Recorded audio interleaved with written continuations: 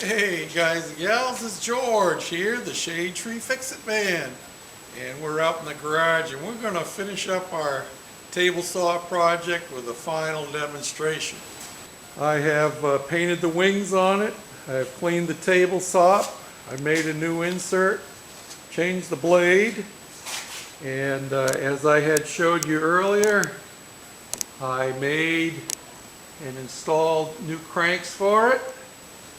And I adjusted the fence and I cleaned things up on the motor, and we did the disconnect here and new end on the cord down here.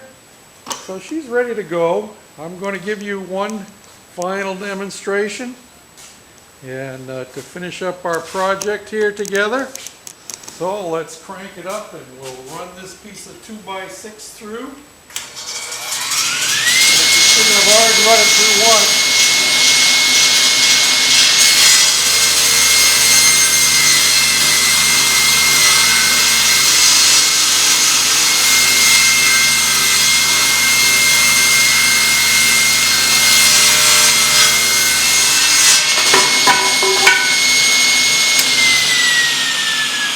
Just like that.